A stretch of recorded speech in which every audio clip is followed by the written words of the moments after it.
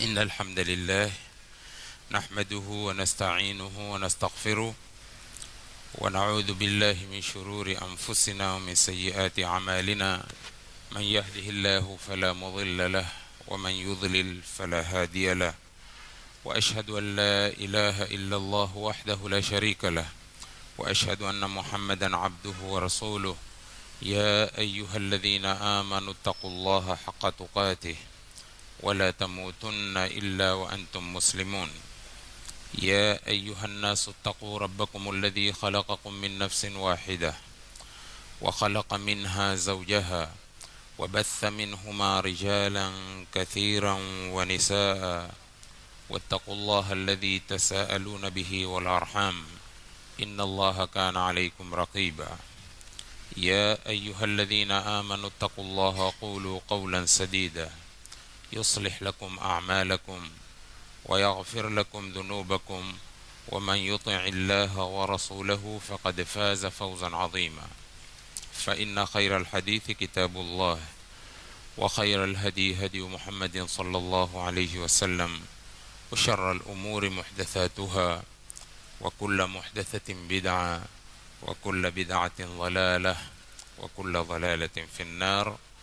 إخوة الإيمان, muhadhara wetu wa leo ni kwa unwan bayana kabla ya uamuzi.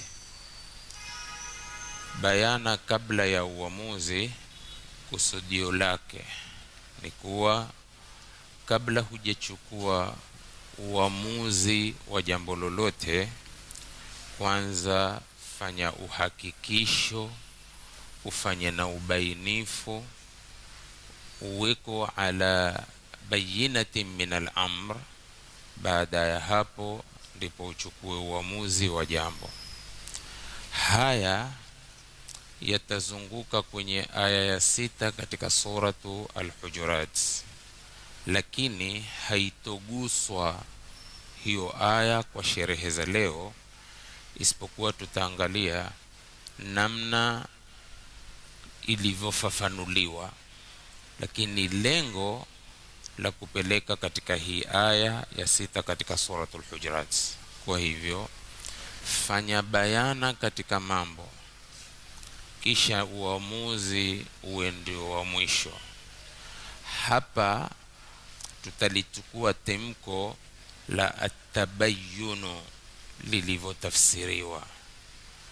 Na atabayunu, hili temko asili yake liko katika Qur'ani tukufu kwa aya isiyopungua 1, aya 2 mpaka 4 katika Qur'ani tukufu limetajwa temko hili, na lenye kukurubia kwenye maana ya temko tele ndani ya Qur'ani tukufu. Lakini hebu tuchukue walivyotutafsiria wanavyooni. Kwanza hiki kilma cha atabayunu fi qawli llahi fatabayanu lilivyozungumzwa. Temko hili limetokamana na fi'li ya tabayana. Kwenye tabayana, yatabayanu tabayunan, fahuwa mutabayyinun والمفعول متبين. تبين الشيء ومعنى بان وظهر واتضح، ومعنى ثبت بالدليل، jambo kuthubutu kwa dalili. Wataakada, kwa maana kahakikisha. Kwa hivyo kahakikisha kwenye jambo lenye kuhakikishwa likawa na uhakikisho, lenye kubainishwa likawa na bayana, basi baada ya hapo una haki ya kutukua uamuzi kwa ulivyopata ufafanuzi na uhakikisho na ubainifu. Tabayyunul haqaiqi ittidahuha wa dhuhuruha, kusema kubainika kwa ya uhakika ni kule mambo kuwa wazi na kule mambo kudhihiri kwake. Ukisema tabayyana min al-amr, kwa maana tathabbata fihi, amethibitisha kwenye hilo jambo. Ay ta'arrafaha biwuduhin, amelichambua lile jambo kwa uwazi. Wataamalaha, kisha akalitaamali lile jambo. Tayib, Mwenyezi Mungu Subhanahu wa Ta'ala asema ya ayyuhalladhina amanu idha darabtum fi sabilillahi fatabayyanu. Angalia hii aya, ni aya 94 katika suratul Nisa, kwenye nidaur rahmani li ahli al-iman, enyi mulioamini. idha darabtum fi sabilillahi fatabayyanu, mtakaposafiri katika njia ya Mwenyezi Mungu, basi msifanye lolote ila kwa ithibati. Msifanye lolote ila kwa ithibati. Sasa kwenye 94 suratul Nisa, angalia ametaja tamko lililokuja kwa amri, fatabayyanu ya ayyuhalladhina amanu idha darabtum fi sabilillahi fatabayyanu. Tayib, katika 256 suratul Baqara, angalia Mwenyezi Mungu Subhanahu wa Ta'ala sema qad tabayyana ar-rushdu min al-ghayy. Qad tabayyana ar-rushdu min al-ghayy bimaana ittadhaha, daqqaqa an-nadhara fi al-mas'alati hatta wadahat lahu. Hii kusema umebainika uongofu kutokamana na upochofu, bimaana ittadhaha. Ittadhaha ni kitu kuwa wazi, na kitu mpaka kiwe wazi hata katika masala. Ulama wetu wasema daqqaqa an-nadhara fil mas'alati hatta wadahat lahu, amepeleleza. Kusema daqqaqa an-nadhara kwa maana ya upelelezi na bahthi, sikutazama mambo juu juu mara ukatoa mambo yakazusha mishkili kwa sababu wa kutazama mambo juu juu. Ile kwamba daqqaqa an-nadhara fil mas'alati hatta wadahat lahu, mpaka kubainikiwa na masail yawe wazi, bila shaka mpaka umefanya bidii sana katika kuyatafuta yale masala.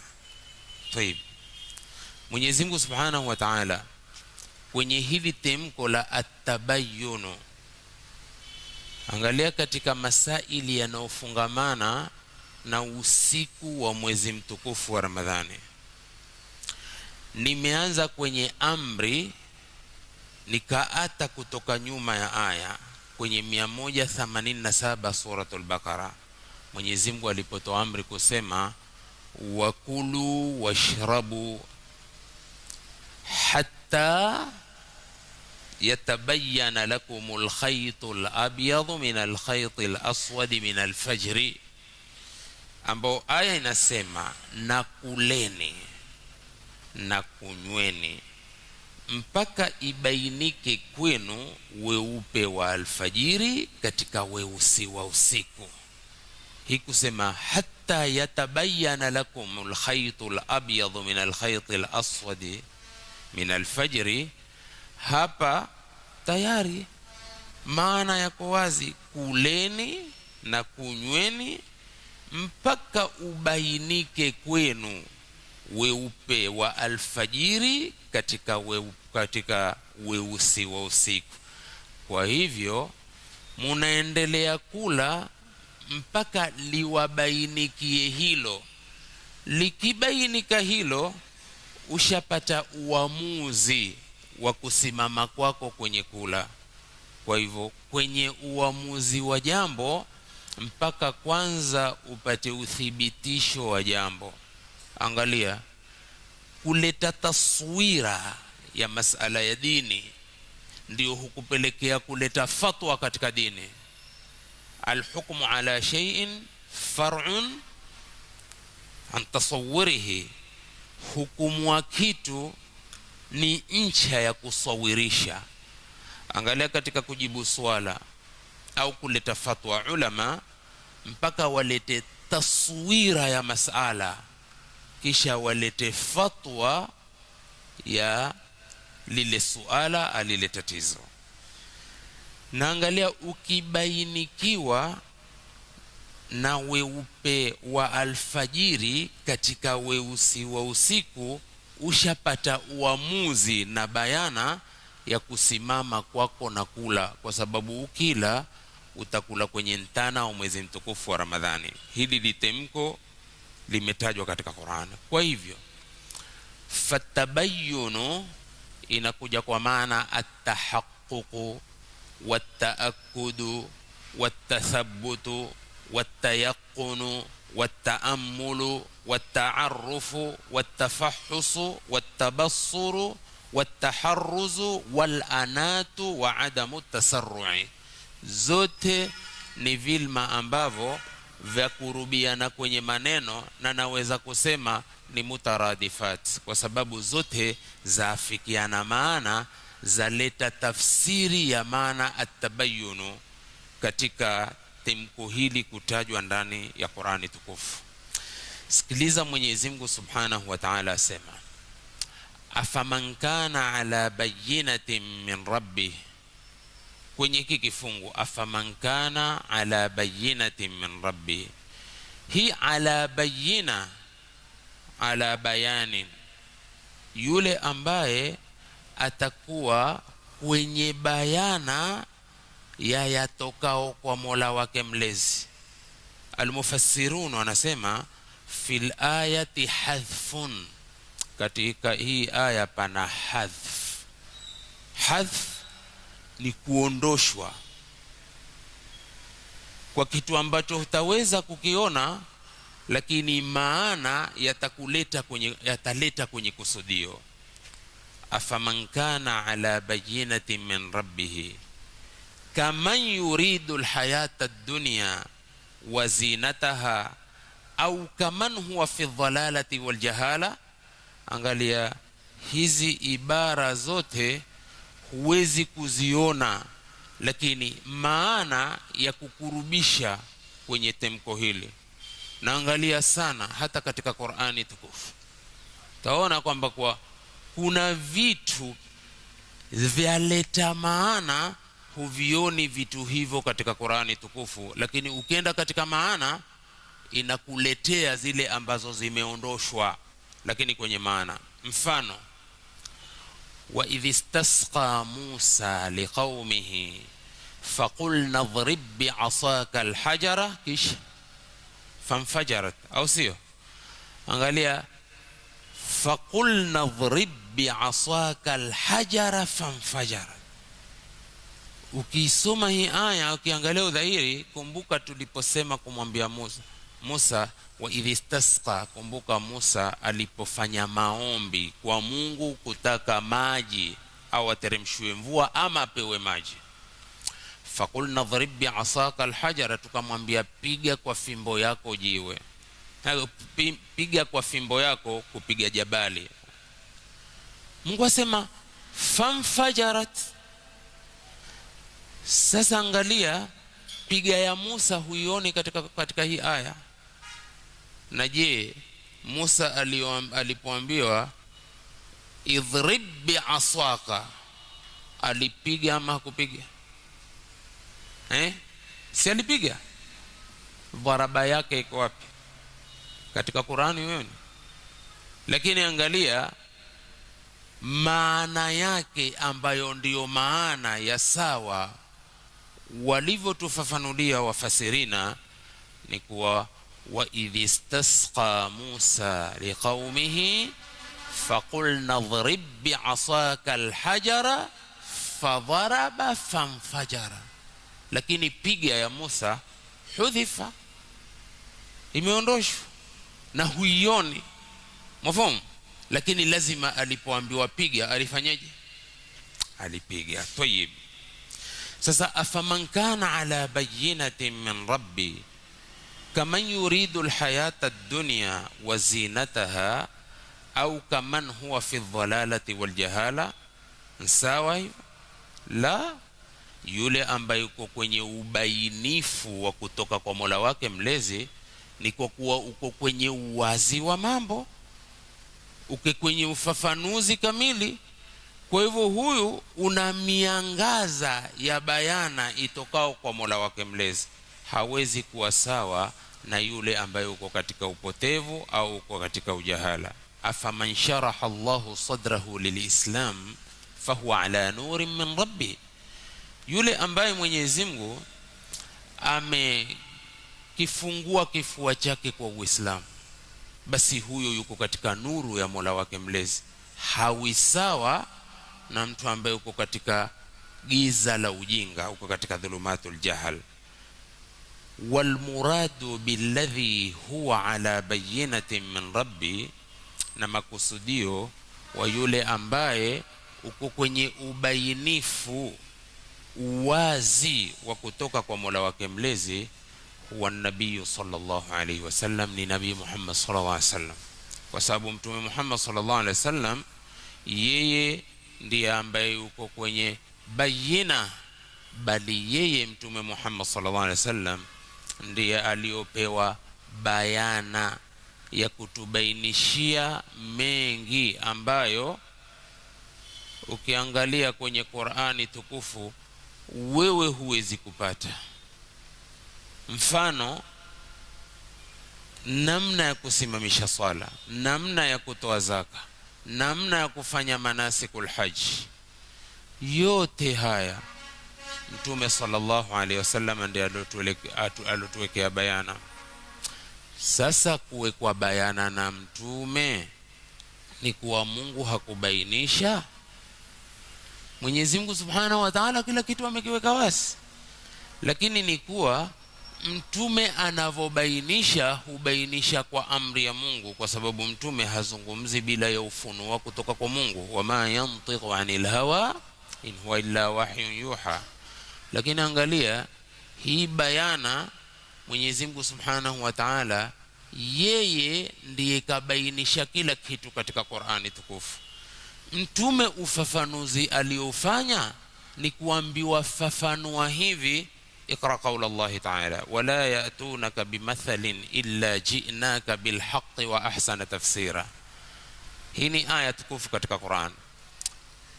Hawakuletei na kukupigia mfano wote makafiri, isipokuwa sisi tunakuletea mambo yote kwa haki wa ahsana tafsira. Angalia ulama wa tafsiri wasema wa ahsana tafsira ahsana bayanan bima nadhribuhu min al-amthal wa ma nasuquhu min al-barahin. Tukakuletea ahsana bayanan, bayana iliyo mzuri kwa mifano tunoipiga, bima nadhribuhu min al-amthal wa ma nasuquhu min al-barahin, na huja tunazozileta. Mtume akifanya bayana ya jambo kwa amri ya Mwenyezi Mungu, bainisha hivi. Kwa hivyo Mtume sallallahu alayhi wasallam akapewa hiyo bayana. Sasa ndipo hapa asema wal muradu billadhi ala bayyinatin min rabbih huwa an-nabiy sallallahu alayhi wasallam, na bayyinatun ni hujjatun wadhiha burhanun wa dalilun.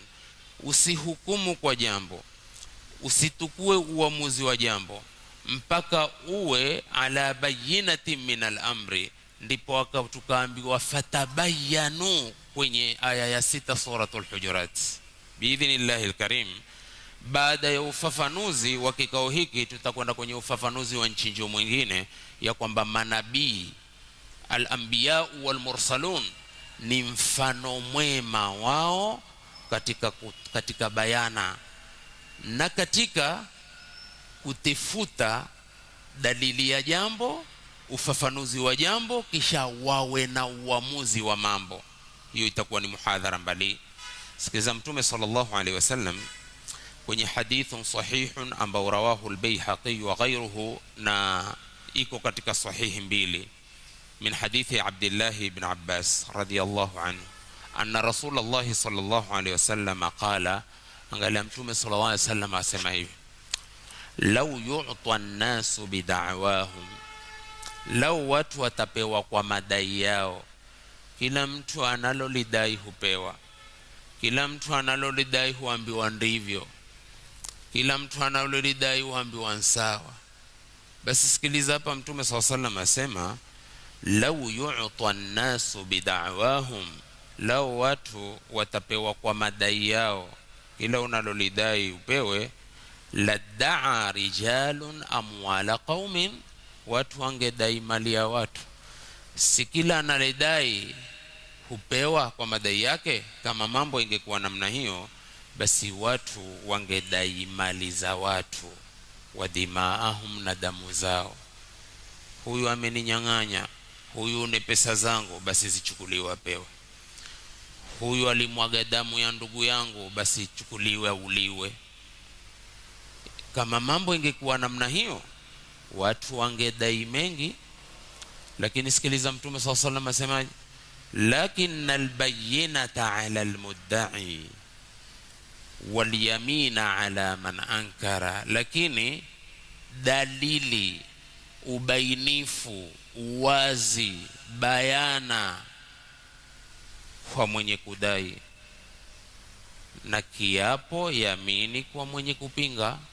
Sasa umekuja kudai jambo, lazima hilo jambo unalolidai ulete bayana ya madai yako, ili kuhukumiwe sawa kulingamana na dalili ulizozitoa, kwamba nadai hili ninalolidai langu, hiki ninachokidai changu.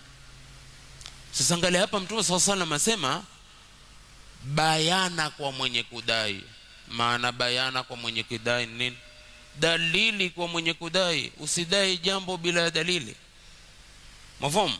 Ukidai kitu, lete bayana ya hiki kitu kuwa kweli nchako, hakiko tu kwenye mikono yako. Albayina. Hii yote yaturudisha kwenye aya 6 suratu Al-Hujurat. Angalia, wewe ukenda kudai bibi yako kukuhini, hata ukamuona na mwanamume faraghani, bali hata ukamuona na mwanamume kwenye hilo tendo, ukija katika mahakama ya kisheria, jaji lazima atakwambia albayinatu wa illa haddun ala dhahrik, lete ushuhuda bayana, la si hivyo mboko juu ya mgongo wako. Na ikashindikana kuleta ushuhuda na bayana, unaweza kula mikwaju 80 na watu wamekula raha zao. Hii ni yani hapana dini ya kiholela ishe, wala hapana dini ya kibaharia, wala hapana dini ya twende kazi. Dini za twende kazi ziko mbali, sio hii. Na tayari iliwahi kutokea wakati wa zama za mtume sallallahu alaihi wasallam, kama sikusahau, Hilal ibn Umayy kwenye tatizo la kumtuhumu mke wake. Ala kulli hali, kama ni amenitoka majina, lakini hapo sababu ya kuteremshwa ayatul li'an ni mtu kwenda na madai ya jambo, hana ushuhuda, yeye mwenyewe aliyoshuhudia, hususan katika tokeo la uzinifu. Alipoenda kumwambia mtume sallallahu alaihi wasallam alimwambia, kwenye huu mfumo tulotoka nao kwa kutokuwa mafunzo kwake, baba albayina wa illa haddun ala dhahrik, lete ushahidi bayana kuhusu mke wako, la si hivyo hadi juu ya mgongo wako. Kila kiliregelea hilo kwa mtume amwambia bayina wa illa haddun ala dhahrik. Si alinyosha mikono mbinguni akamwambia, Mungu wangu, na kuomba uteremshe aya za kunichakasa mimi na mboko, hako sasa kwenye tokeo la tuhuma ya mke wake kwamba kwa amemuona mke wake, sasa uko kwenye wasiwasi, hivi mambo alivyoelekea na la mikwaju mimi kwa raha za mke wangu na mtu mwingine. Shusha aya Mungu. Ndio Mwenyezi Mungu akaziteremsha zile aya ambazo ziko katika suratul Nur, walladhina yarmuna azwajahum wa lam yakun lahum shuhadaun illa illa anfusuhum fashahadatu ahadihim 4 shahadatin billah. Ukizisoma hizi aya zajulikana kama ayatul li'an, kwa sababu ulontuhumu aweza naye akasimama akamwambia ametuhumu si kweli na wewe umemuona, ikawa lazima kupatikane viapo 4 kwa jina la Mungu. Mwanamume kiapo cha 5 ajiombe kwa Mwenyezi Mungu lana ikiwa muongo kwa alilolidai, na mwanamke ni mkweli kwenye kukataa kwake. Na mwanamke kwenye kuwapa viapo 4 cha 5 ajiombe hasira za Mungu ikiwa lililodaiwa kwake la kweli na yeye analikataa. Pahala ambapo nataka kuwatokea ushuhuda kwenye kikao chetu ni kutakiwa bayana kwenye alilokuja nalo kwa mtume. Mtume alimwambia albayyinatu wa illa haddun ala dhahri.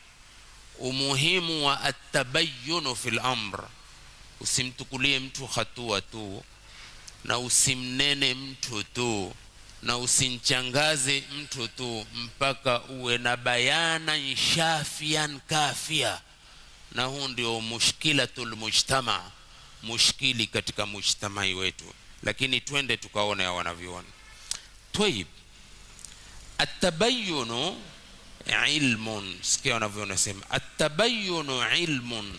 Hii tabayyun usione kusoma tu kwa sauti nzuri, ya ayyuhalladhina amanu in ja'akum fa. Hapana pozi nyingi, wajua linenalo ama wajua pozi tu. In ja'akum fasiqun binaba'in fatabayyanu. ما معنى التبين؟ طيب، علم هيني ليمو يحصل بعد التباس وغموض. Ni elimu ipatikanao baada ya mtu kutatizika na kupatikana na uzito na magumu wa mambo. Yuqalu, husemwa hivi, tabayana fil amri warra'yi. Amebainikiwa kwenye jambo na kubainikiwa kwenye fikra yake. Hata fikra yako usiandame tu kiholela mpaka upate bayana ya unalolifikiri. Bimaana tathabbata wa ta'anna wa lam ya'jal. Amethibitisha na akafanya utaratibu, wa lam ya'jal, na hakufanya haraka. Na angalia hadithi nitakao kutafsiria kwenye at-ta'anni min Allah, jinsi ilmu ya ulama walivyotutafsiria hili jambo, ambao upeo wa vikomo vyetu kwenye kuielewa hii hadithi. Twaielewa kuwa at-ta'anni min Allahi, upole hutokamana na Mungu, wal ajlatu min ash-shaytan, na haraka hutokamana na shetani. Leo al-ajlatu wa ta'anni imekwenda katika fikihi nno kwenye upanufu wa elimu hii, ilmu shar'i. Tayib, watathabbutu, na kuthibitisha, huwa taharri wa taakudi min sihhati al-khabari qabla qubulihi au nashrihi. Sikia maneno hapo, wametoka wanavyoni hapo, wametoka maduati hapo, wametoka wapenzi wa sunna hapo, isipokuwa alorehemewa na Mwenyezi Mungu Subhanahu wa Ta'ala. Lakini elimu hii ya dini hii ya kitabu kitakatifu hii ndicho kinachoturekebisha sisi sote, na kila mmoja una halal na zalla zake, hususa katika uelewa. Sikia maneno at-tathabbutu, ambao ni at-tabayyun, kwa sababu pale nimeleta pia mmiminiko wa vilma walivyovizungumza ulama. Akasema angalia, at-tabayyun, at-tahaqquq, at-ta'akkudu, at-tathabbutu, at-tayaqqunu, at-ta'ammulu, at-ta'arrufu, at-tafahhusu, at-tabassuru, at-taharruzu, wal-anat wa adamu at-tasarru. Karibu vilma 12 zote zimesimama kwenye at-tabayyunu fi haqqi qawli Allah ta'ala ya ayyuhalladhina amanu in ja'akum fasiqun binaba'in fatabayyanu. Ni upeo wa kuwa usihukumu, ni upeo usintolee mtu fikra, ni upeo usintolee mtu fatwa duna tahaqquqi watathabbuti watafahhusi wataharruzi wa mpaka ziishe vilma vyote 12. Tayib, at-tathabbutu huwa taharri. Wewe katika mwezi mtukufu wa Ramadhani unakuwa na at-taharri katika 10 la mwisho katika Lailatul Qadr, ndivyo sivyo? Ma maana at-taharri? At-taharri ni kutaka wewe. Ndipo Mtume asema mwenye kutaka Lailatul Qadri kwenye witri ya 10 la mwisho na sana sana kwenye tarehe, lakini kikatumika kilma cha taharri Lailatul Qadri. Hata katika angalia tunapotifuta mwezi muandamo kesho ni Ramadhani ama si Ramadhani, ukifungua idhaa za Khalij wakwambia taharri taharri, au vipi Sheikh? Kwa nini? Mkutefutwa watu wako majangwani hutefuta. Sasa at-tathabbutu huwa taharri, at-talab, kutefuta na kutaka, wa taakudi, na kuhakikisha min sihhati al-khabari, kusihi kwa habari, kabla kubulihi au nashrihi, kabla kuikubali ile habari au kabla hujaieneza. Waislamu watukufu, hatari ya kuwa tuko kwenye makosa mno isipokuwa kwa waliorehemewa Mola wake. Kwenye wakati huu hatuna at-tabayyun, hakuna al-bayyinatu min al-amr. Angali likitokea tokeo hujahakikisha, wapiga picha chap na dakika hiyo hiyo ushaisambaza kwa ulimwengu mzima. Hal tathabbata, hal ta'ammalta, hal taharrazta? Umethibitisha haya mambo? Mara taarifa sema la, tangazo lililotoka na clips nyingi zilizoenezwa katika dunia ni temko au ni jambo ambalo halina uhakika, na pengine kuna namba ya Waislamu duniani wameshiriki katika kusambaza ujumbe huo. Kwa nini? Kwa sababu wako mbali na manhaji yao, wangadai ni ashabul manhaji. Ikiwa mtu ni ashabul manhaj, kabla an yuswadira fil amr yaqifu fi qawli Allah ta'ala ya ayyuhalladhina amanu in ja'akum fasiqun binaba'in fatabayyanu. Tayib, kwa sababu habari katika mustalah ya vitabu vyetu waambiwa habari ina ihtimali, lililothubutu kwa yakini haliko kwenye mlango wa ihtimali mpaka kuwe hakukutoka dalili ayakini ya jambo.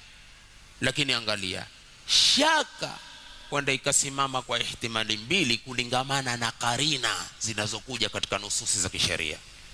Imma inakuja ashakku bimaana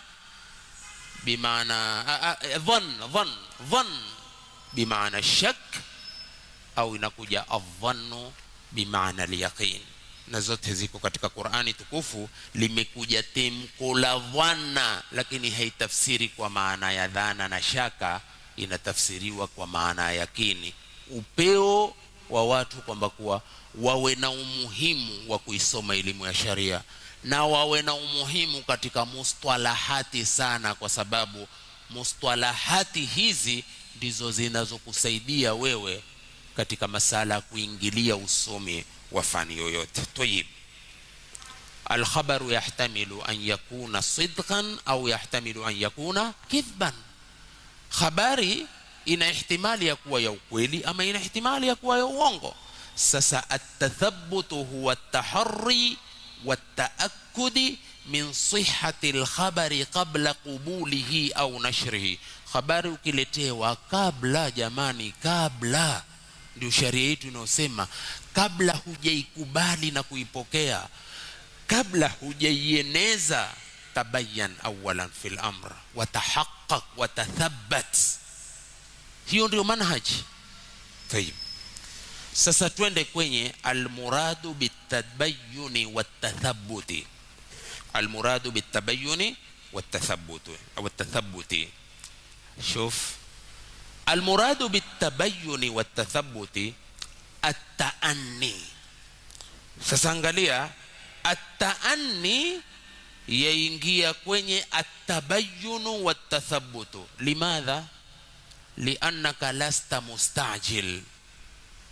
Si mustajil habari inapokujilia, huna haraka ufikiwapo na habari. Una ataani, utulivu katika kuipokea habari na kuichunguza habari ili niipokee kwa ukweli ama niitupilie mbali. Watarayuthu, atarayuthu ni atamahulu. Ukipawa habari, amhil awalan, amhil nafsak, kwa maana kuwa na utaratibu, kuwa na utaratibika kwenye habari iliyokufikia.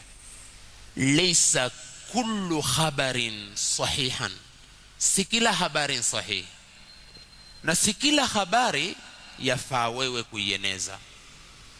Lakini siku zote habari hata ikithubutu kuwa ni sahihi, huwa na batwaa ya wewe kuieneza na ni habari mzuri. Lakini habari ikiwa ni mbovu, fakama yakulu al-arab, al-khabaru sayyi'u yantashiru bisur'a. Habari mbovu huenea kwa haraka, kwa sababu venye kueneza maovu ndivyo vangi tele katika dunia kuliko venye kueneza mema. Angalia, wema hubaki usinyetu kana iyani la muhogo, sinyetu. Lakini angalia uovu ukitoka, rafiki yangu, namna unavyoenezwa kwa haraka. Sikiliza sana. Kwa hivyo almuradu bitabayyuni watathabbuti at-ta'anni watarayuthu. Isitoshe, walbahthu an sihhati al-khabar, na kubahith, kutefuta kusihi kwa ile habari, wa adamul ajlati fi naklihi, na kuwata kufanya haraka katika kuipokea ile habari, au binaul hukmi alayhi qabla tayaqquni sihhatihi, au kujengea kuihukumu kabla kuyakinisha kusihi kwake habari. Lakin ibnu adam au al-insanu khuliqa min ajalin, ameumbwa kwa umbile la haraka, na ukiumbwa na umbile hili la haraka linakukosesha mengi katika kujua uhakika wa mambo. Kwa hivyo wewe utakuwa dhana mbovu kwako ni nyingi kuliko dhana mzuri, kwa sababu huna time ya kuresearch jambo, huna time ya kulitafuta jambo lililotokea, huna time ya kulihakikisha hili jambo. Ndipo kuona wanawake wengi wanaachwa ovyo maskini, na wanaume wengi wanatoa talaka, wanawake wengi wanakataa waume. Limadha? Moja katika ugonjwa, amefikishiwa habari wepesi akaomba talaka, ama akafikishiwa habari wepesi akatoa talaka, na ikawa mwenye kutwangwa talaka baria, maskini. Au wewe ukaomba talaka, mwanamke akaomba talaka, mwenye kuitoa talaka akawa ni bari. Kwa nini? Al-isti'jalu wa adamu tahaqquqi, kwenye aya 6 suratul Hujurat. Watukufu wa Islam, at-tathabbutu ambao ni at-tabayyunu, isma, min sifati ahli al-aqli war-razana. Ya salam, maneno ya ulama. Kuthibitisha mambo ni katika sifa za wenye akili na sifa za wanyenyekevu. Ashabu razanati ni watu ashabu waqara, watu wanyenyekevu. Bikhilafi al-ajlati, kinyume cha haraka.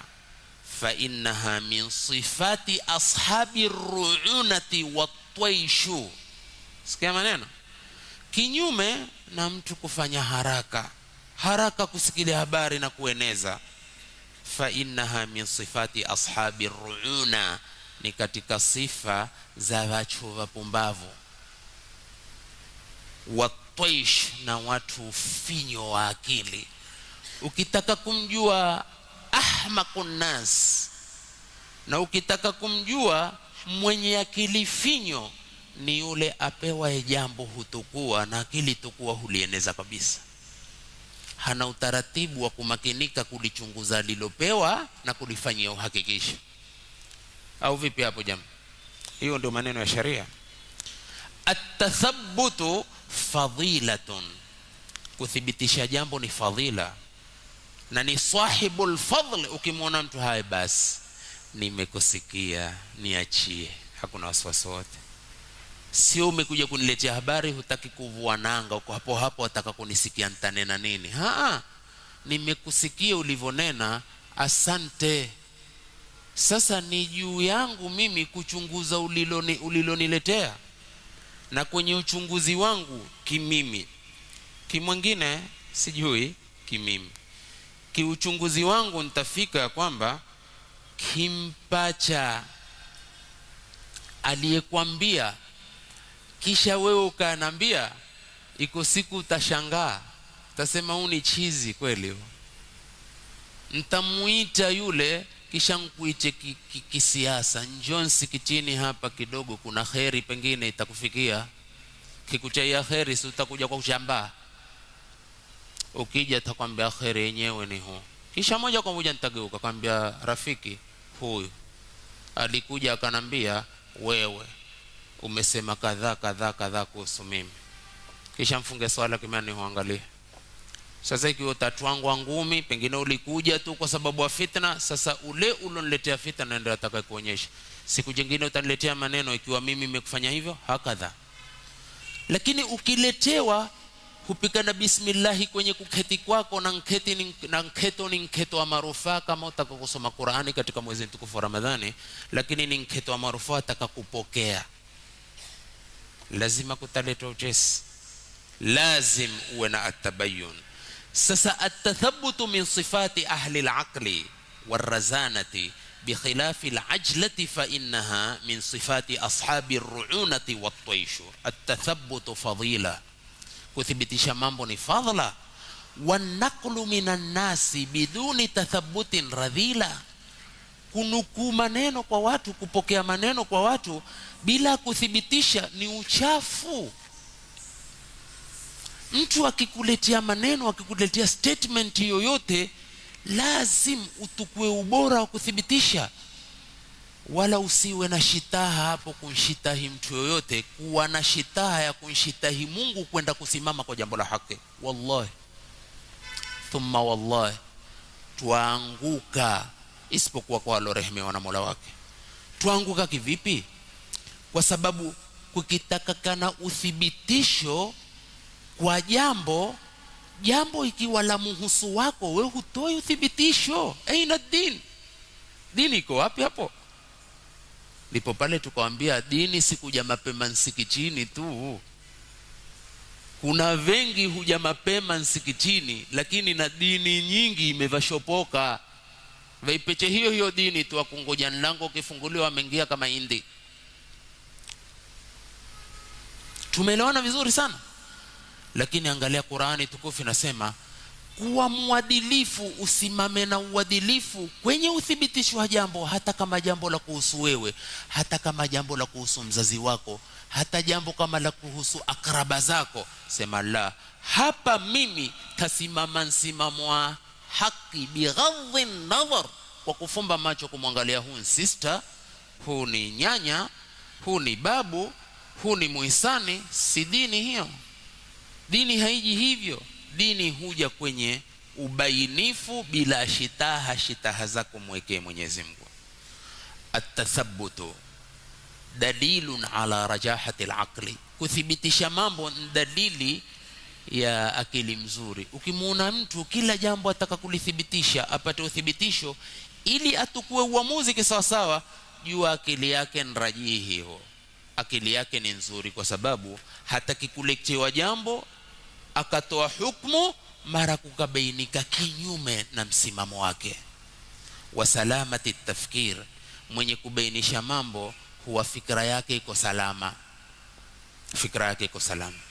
Amma al-ajlatu, ama kutothibitisha jambo haraka za kutukua uamuzi kwa uletewalo, fadalilun ala naqsi al-aqli, ni dalili ya upungufu wa akili.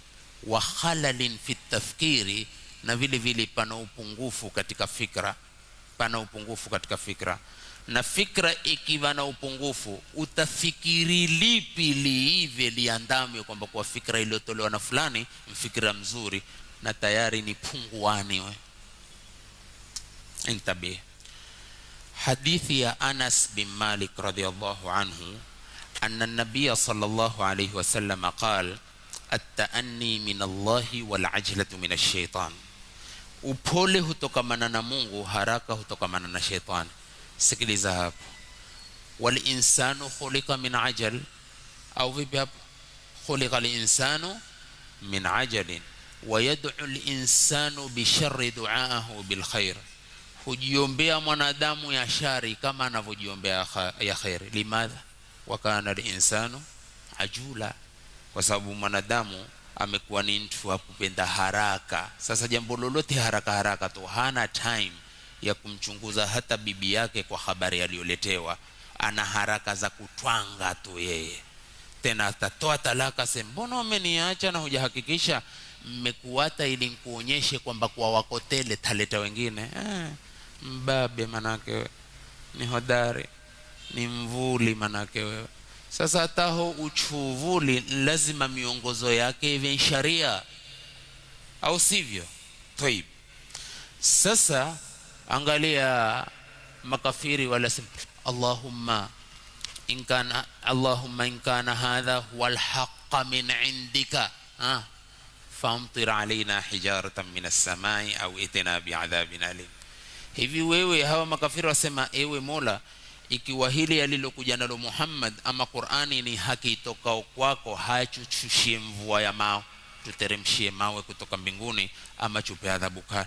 Mawe ni khairi ya manshar, au ni barafu hutoka ikayuka ndio ikakungia kwenye kito, manake wewe ni mdosi. Umeomba akishushwa maji, utashushiwa pikipiki za maji tu, halikupiki mai ya barafu.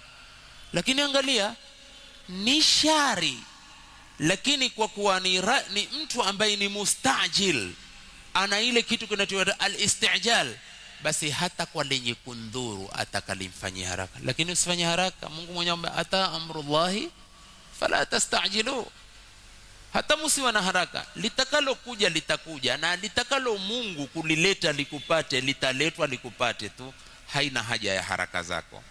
Anas bin Malik asema hivyo. Mtume sallallahu alaihi wasallam asema at-ta'anni min Allahi wal ajlatu min ash-shaytan. الحديث أخرجه البيهقي وحسنه الإمام الألباني رحمة الله عليه رحمة واسعة. اسمع التفصيل. التأني من الله أي التثبت في الأمور بما يحبه الله, kuthibitisha katika mambo ayapendao Mwenyezi Mungu. Wa ya'muru bihi, na analoamrisha, lima fihi min waqaya au wiqaya lilabdi min az-zalali wal khata, kwa yanayopatikana ndani yake lili la kuthibitisha wewe kupata kinga, mja kupata kinga na kucheleza na kufanya makosa. Ukifanya haraka ni hatari. Ndipo ukaona ukiangalia Sahihu Muslim, ule barobaro katika mihadhara Ramadhani niliwahi kuwapa hicho kisa. Kama hakuregesha ule mkuki kwa wivu wake wa mke wake kumuona uko nje, angaliua. Baada ya kuingia ndani kumuona lililontoa mkewe nje ni nyoka uko ndani juu ya kitanda chake, angesema maskini mrembo wangu, nimefanya haraka kwa wivu kumuua, kumbe lililontoa sikukusudia. alikuwa hukimbia. Mwanamke tamuona chatu, sacho, fiha, kobra, aketi mwanamke gani tatoka hata kama kwa leso ya mafa. Sasa ule kunyusha kuki kishindo nze wivu. Mwanamke ambaye wate ushushe ho nkuke ho kondo ikwecho ushushe ngia ndani uangalie lililonifanya kutoka kingia ni bonge la joka vita. Lakini alhamdulillah hakujaliwa kufa mwanamke kwa nkuki wa mumewe, akajaliwa kifo cha mume kwa kushambuliwa na nyoka. Na mtume alipoletwa kuambiwa muombee ndugu wetu asimame anyuke, mtume alisema istaghfiru li akhikum. Kwa maana gani? Kisha sema hatujui kwenye vita hivi alokufa mbele nani, lakini wote walikufa. Lakini hapo kufa ni hapo alipoingia uthibitishe lililonitoa. Hakuna kitu kuwa sharia na tukarekodiwa kisha ikawa ni holela katika Qur'ani hii.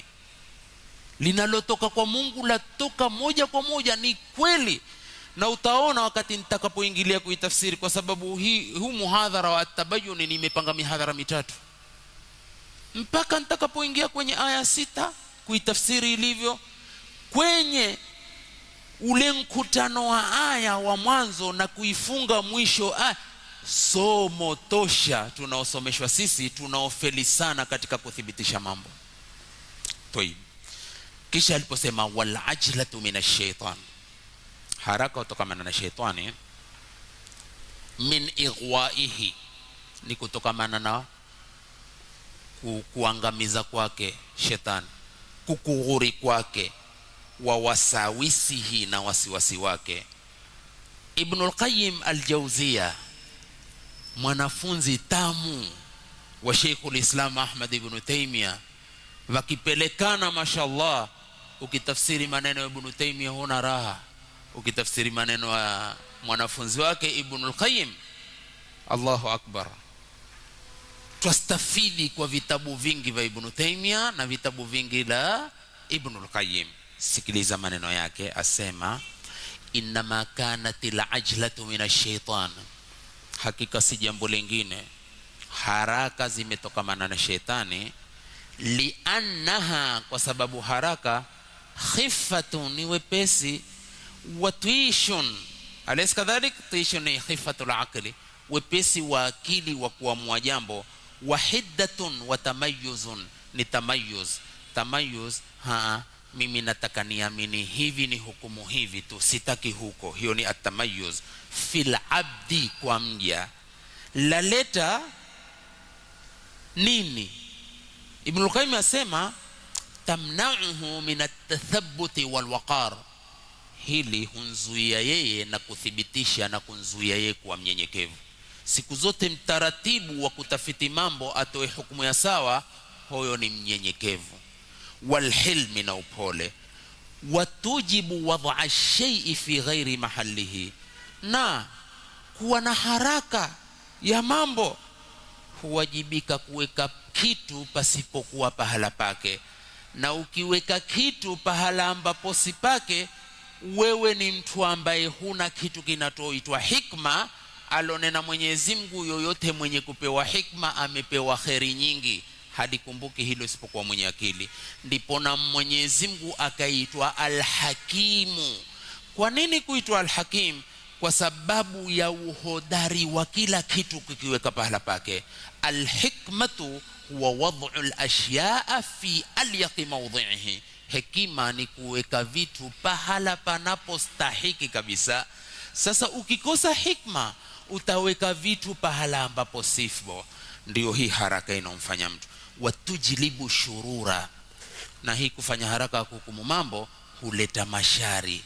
Watamna'ul khuyura, na huzuia khairi. Al-khuyur jam'u khair, wa hiya mutawalladatun baina khuluqaini madhmumain, na hili huzalika kati ya tabia mbili mbovu. Hila kufanya haraka kuamini kitu tu moja kwa moja na kukieneza huzalika na tabia mbili mbovu.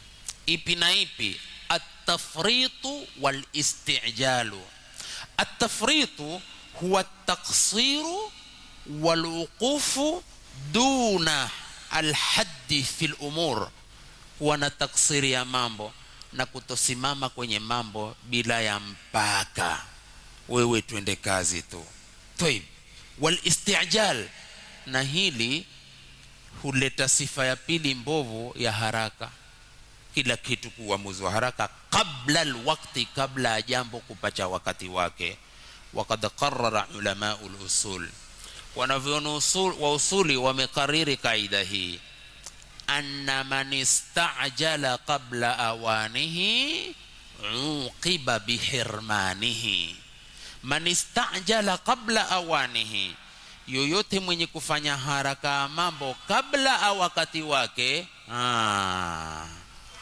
uqiba bihirmanihi, huyo hupewa adhabu ya kunyimwa lile jambo maadamu umelifanyia haraka. Tayib, hebu tuone maneno ya al-allama al-sheikh Abdurrahman Saadi rahimahullah katika kitabu chake cha tafsiri al-qayyima, kinachowafaa sana talabatu ilm, Taysirul Karimir Rahman, Taysirul Karimir Rahman fi tafsiri al-kalamil mannan, kitabu cha Abdurrahman Saadi.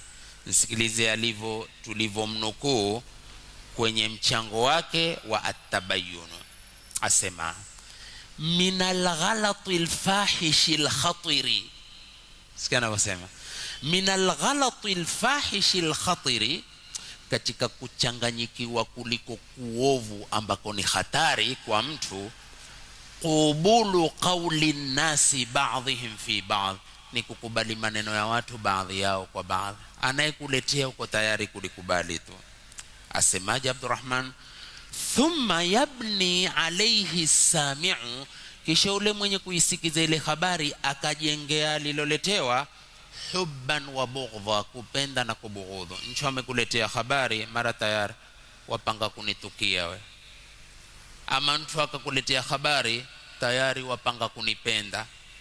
Wa madhan wa dhamma, ama kusifu ama kutukana. Mtu amekuletea habari mara ukanitukana, akakuletea habari mara ukanisifu, duna tabayyun. Hama maneno ya Abdurrahman Saadi, fakam husila bihadha alghalati, mara ngapi kumepatikana kwa kuchanganyikiwa huku, umurun, kupatikana mambo, swara aqibatuha annadamata, mambo hao yakawa mwisho wake nkujuta. Manake umeletewa habari haraka haraka ukanitukana, umeletewa habari haraka haraka ukanibughudhu, mara mwisho ikawa nkujuta kwako, kwa sababu lilipobainika, imebainika umedhulumu siku nyingi sana kwa kuninena na kwa kunitukana na kwa kunisengenya. Sasa hii ni dini, hii sharia jamani. Tuko kwenye ramani hiyo. Lete maneno Abdurrahman As-Saadi, wa kam asha'a an-nasu 'anil nasi, ni mara ngapi wameeneza watu, kuwaenezea watu, umuran, kuwaenezea mambo, la haqa'iqa laha bilkulliya, hayana uhakika kabisa moja kwa moja, mambo hayana uhakika, au laha ba'd alhaqiqa, au hayo mambo yakawa na baadhi ya uhakika, ukweli, lakini fanumiyat bilkadhibi wazur, yakakuzwa kwa uongo na kwa zur. Yana uhakika tu kidogo, lakini yakakuzwa kwa urongo na zur. Wa hususan Abdurrahman Saadi asema, As-Saadi, khaswa man urifu biadami almubalati binnaqli, wale wanaojulikana kwa kutojali kupokea maneno na kueneza. Kuna watu hawajali kupokea maneno, wao kuingia kwenye njaa, kazi yao kutafuta maneno, tumpacha wapi, kumenenwa nini, kumenenwa nini, kumenenwa nini. Hao katika nje ya maabid. Tukija katika pengine misikiti, wako watu tu huwa wakizunguka katika misikiti, kwenda kwenye msikiti huu tamsikiza huyu amenena nini, msikiti ule tamsikiza huyu amenena nini, msikiti ule, si kwa lengo la kupata faida kwenye misikiti yote. Maneno akisha kuchia kwenye sufuria moja yale maneno ya misikiti 20, kisha akaweka na nazi akapika, ukitangamana tena huwa ni uchesi juu ya uchesi, dhulumatun ba'dha fawqa ba'd. Tayeb, baada dhalika au urifa minhum bil hawa, mambo ama hupatikana miongoni mwa wale watu wa hawa nafsi. Mimi mara nyingi katika mimbar huwa nikisema kiungu cha hawa ni kiungu kilopata waumini wengi kwenye dunia. Hawa nafsi imeangamiza watu wengi. Kuna watu wenda kihawa tu, husimpendi kihawa, basi akawa hana haki kwako. Huna mpenda kihawa, hata kwenye makosa pendo lako litathubutu hapo hapo. Dini iko wapi? Manhaji iko wapi? Kumfuata Mtume sallallahu alaihi wasallam kuko wapi? Sikiza Abdurrahman Saadi kisha afunga kusema, falwajibu ala alaqili, wajibu kwa mwenye akili, atathabutu wataharruzu, ni kuthibitisha na kujikinga au kufanya taharruz, kujihifadhi, wa adamu tasarru'i, na kuata kufanya haraka. Walihadha, hayo mambo kuata kufanya haraka, kufanya at-taharruzu, kufanya tathabutu. Sikiliza mwanachuoni huyo mmoja katika wanatafsiri wa zama zetu, walihadha, kwa sababu hii, yu'rafu dinul abdi, dini ya mtu itajulikana hapo, warazanatuhu, na unyenyekevu utajulikana hapo, wa aqluhu, na akili yake itajulikana hapo. Kinyume na hapo, Abdurrahmani Saadi, huwezi kujua dini ya mtu, huwezi kujua uchamungu wa mtu, unyenyekevu wake, wala huwezi kujua akili yake. Kujua mpaka uwe na kuthibitisha kwenye kila jambo. Fala budda min at-tathabbuti, hapana budi kuthibitisha, watabayuni, na kubainisha, fima yurawaju, kwenye mambo ambao hukuzwa na kuenezwa. Kikwetu hata usema na kupazwa.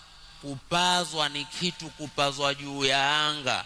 Sisi usema zile sufi zimepaa angani. Kupaa angani ni kupaa kwenda juu, si paa kwa kuvundika kwa kichwa, wala si paa la kuzimbiwa nyumba.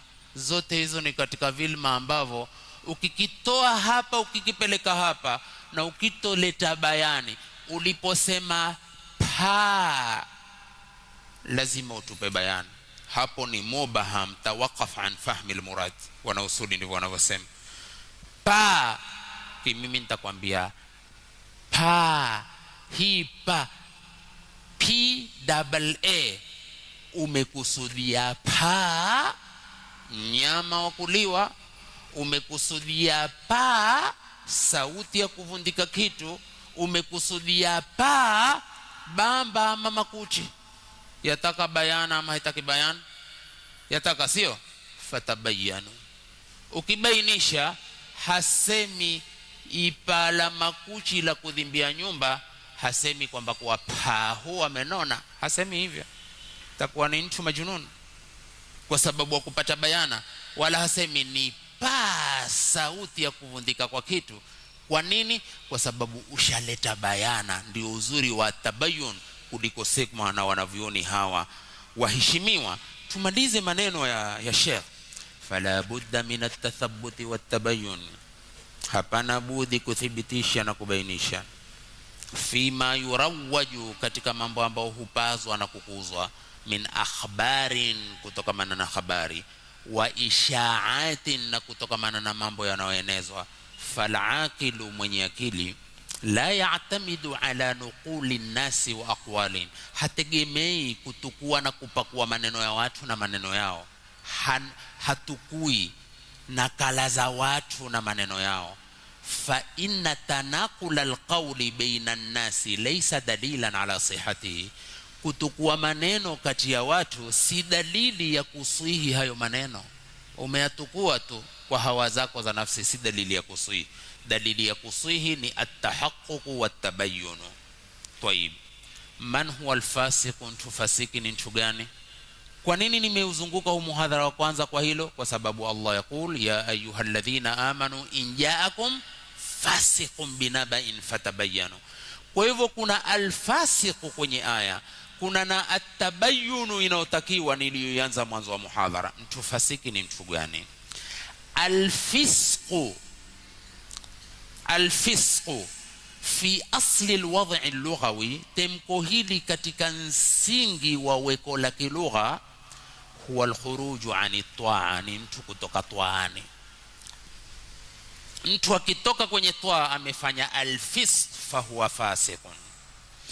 Amma alfisq bilwad'i alurfi, fisq ufasiki katika weko la kiada na desturi na mila ya watu kwenye maneno yao au kwenye mambo yao, fahuwa at-tarku li amri Allahi azza wa jal, ni kuata amri ya Mungu azza wa jal, wal isyanu, na kuasi, wal khuruju an tariqi al-haqq subhana, na kutoka kwenye barabara ya haki kwa aliyetakasika.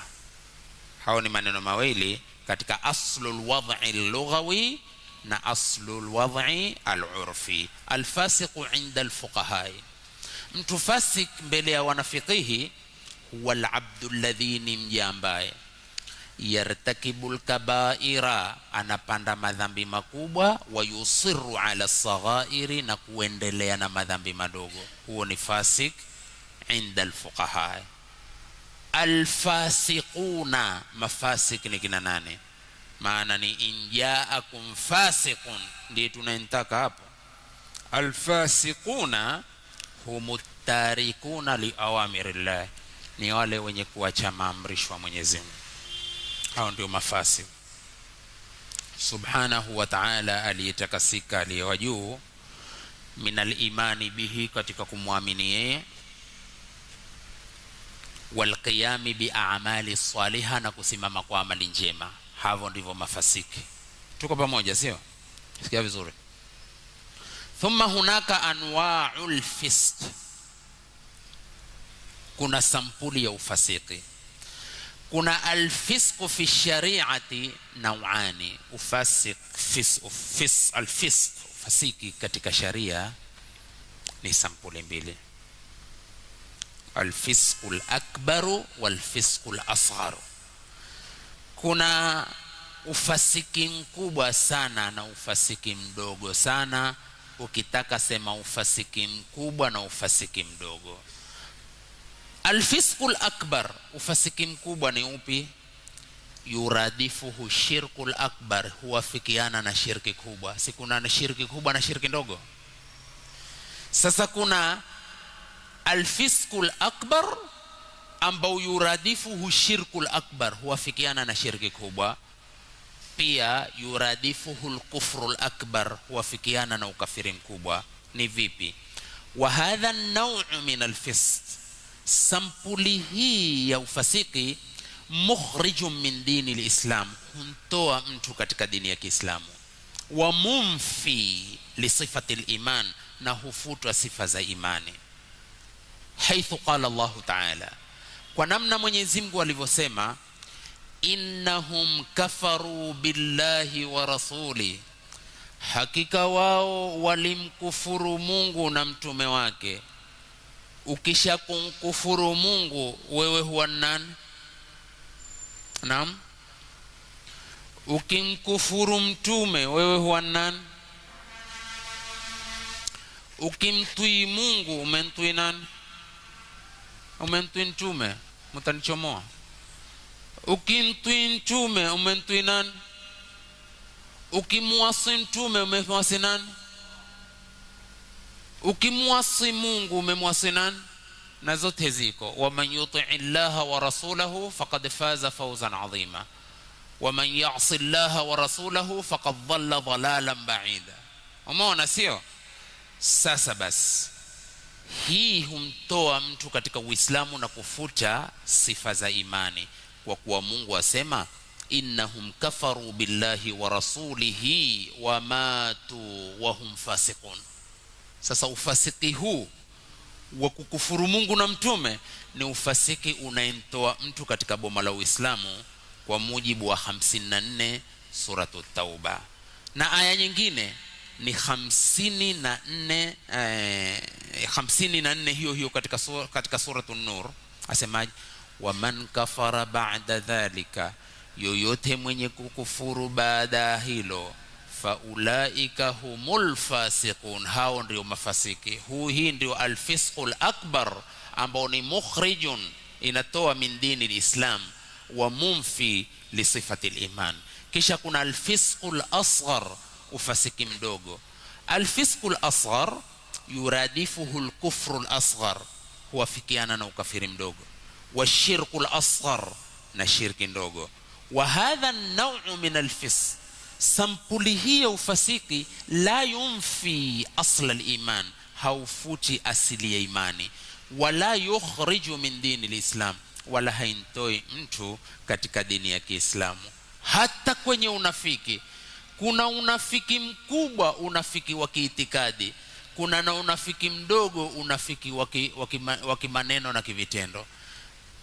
Unafiki mkubwa, unafiki wa kiitikadi, humtoa mtu katika boma la Kiislamu, na mwenye unafiki huu huwa walkafiru fi darki al-asfali minan nar. Inna Allaha jami'u al-kafirina wal munafiqina fi jahannama jami'an. Ni nafiki wa kiitikadi, na ametajiwa mambo 6 ya mwenye unafiki wa kiitikadi.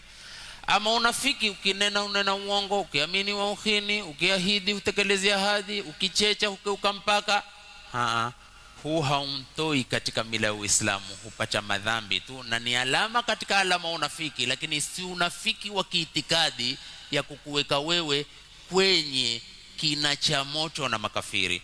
Na hapa ndipo asema hata ufasiki kutoka katika toa. Kuna kutoka katika toa, kuna kukutoa kwenye boma la Uislamu, wewe ni kafiri.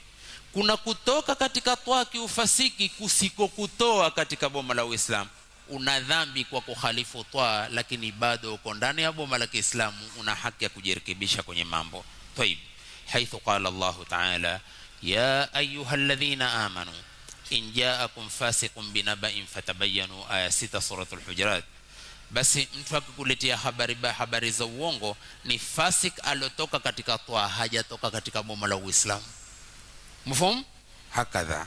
Tayib, waqala aidan wala yudharra katibun wala shahidun wa an taf'alu fa innahu fusuqun bikum wattaqullaha wa yuallimukumullah wallahu bikulli shay'in alim. Ni aya 282 katika suratul Baqara.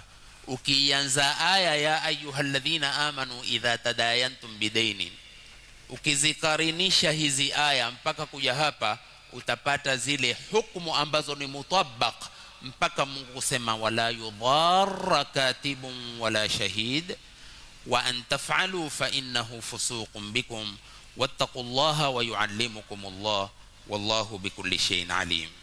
Maana yake wanatafsiri wanatuambia wala asitiwe tabuni mwandishi wala shahidi, na kama mkifanya hivyo basi hakika hilo ni kosa kwenu, lakini huwezi kupata utamu wa ukamili wa hukumu wa haya mpaka utoke na aya idha tadayantum bidain. Lakini hapa pahala pa kutokea ushuhuda fa innahu fusuqun bikum, ni kutoka kwenye twa, ni ubaya kwenu, ni kosa kwenu. Kosa hili halimtoi katika boma la Uislamu, kwa kuwa ni alfisqul asghar biidhnillahi alkarim. Mada ambayo itakuwa ni ya Jumapili itakaokuja idha ahyana almaula, ni hii aya kwenye kuikekecha, lakini nitaka kuangalia at-tahaqquq wat-tabayyun min akhlaqil anbiya'i wal mursalin, kuhakikisha na kubainisha ni katika akhlaki za manabii na mursalin. Hapo tuiangalie baadhi manabii na mursalin walisimama msimamo gani kwenye at-tabayyun fil amri. Tukitoka hapo sasa ndio tustambite ahkam zilizofungwa na hii aya na visa vyake, na kuangalia pa kwanza kwa atakayekujilia ambaye ni alfasiqu, na pa mwisho palipofungiwa aya fatusbihu ala ma fa'altum nadimin. Uangalie utamu wa Qur'ani na jinsi neno la Mungu lisivyoanguka na neno la mtume lisivyoanguka, na tukikhalifu hapo huwa matatizo tu katika maisha yetu. Atujalie Mwenyezi Mungu min alladhina yastami'una alqawla fayattabi'una ahsana, innahu waliyyu dhalika walqadiru alayhi. Uliza swala kwa tuliyozungumza ikiwa lafikiana. Naam, ikiwa na swala uliza.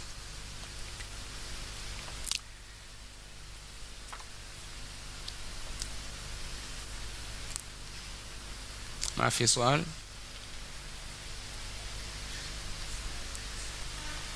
sasa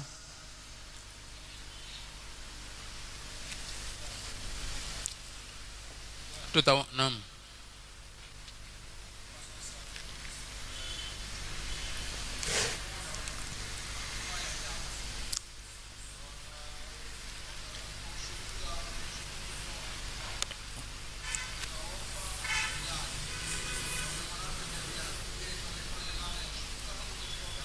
la tunasema wakishafanya li'an, mwanamke akiapa kwamba kwa mume wangu ni mrongo kwa madai yake, na mume akiapa hapana si mrongo ni mkweli, wote wawili wakisha kuapa, ile ndoa inayeyuka automatic na hawana ruhusa akurudiana tena ila al-abad, fa hukmuhu ila Allah.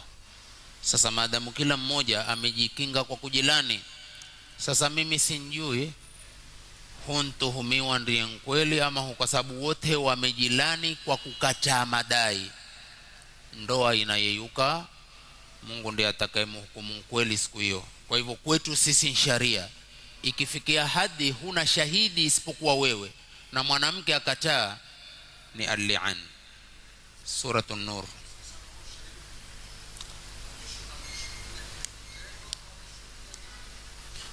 Tena si shahidi, hata usiseme shahidi, ma shahidi, kwa sababu thibitisho la zina ili mwenye kuzini apigwe mboko mpaka 4 shuhada, mashahidi 4, na mashahidi 4 ni walishuhudie tendo. Nafikiri katika kuitafsiri Suratul Nur miaka mingi iliyopita nilikwenda katika ahkamu nyingi sana, ni uthibitishe ni hili tendo hili. Wallahi, kwa kiasi ambacho ulama wamesema ya kwamba kwa kiasi cha kuona namna kizamavo apigavo mbizi na azukavo.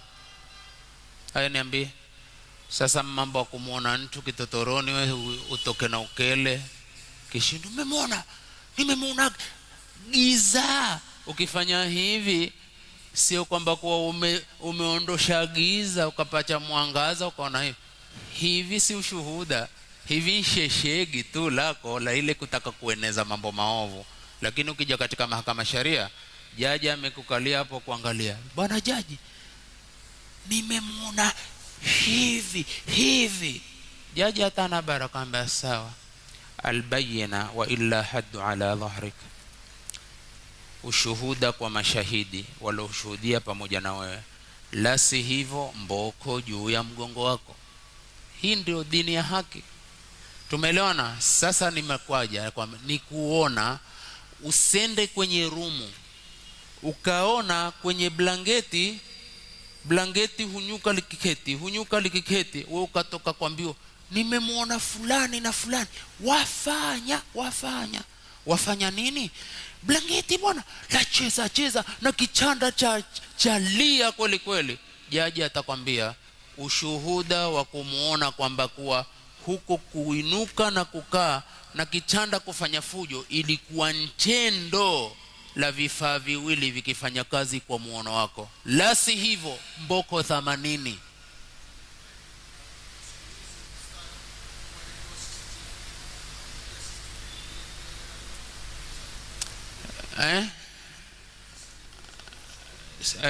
Tunasema kulingamana na hali ya teknoloji sasa, aweza mtu ukanyakwa na CCTV.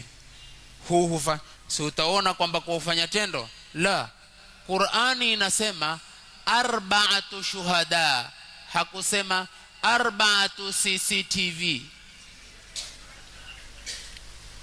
Allahumma arina al-haqqa haqqan warzuqna ittiba'ah wa arina al-batila batilan warzuqna ijtinabah. Rabbana taqabbal minna innaka antas samiul alim wa tub alaina innaka antat tawwabur rahim. Allahumma 'allimna ma yanfa'una wanfa'na bima 'allamtana wa zidna 'ilman ila 'ilm. Allahumma zidna 'ilman nafi'an wa rizqan tayyiban wa 'amalan mutaqabbala. Wa sallallahu ala Muhammadin wa alihi wa sahbihi wasallam. Subhanakallahumma wa bihamdika asyhadu an la ilaha illa anta astaghfiruka wa atubu ilaik.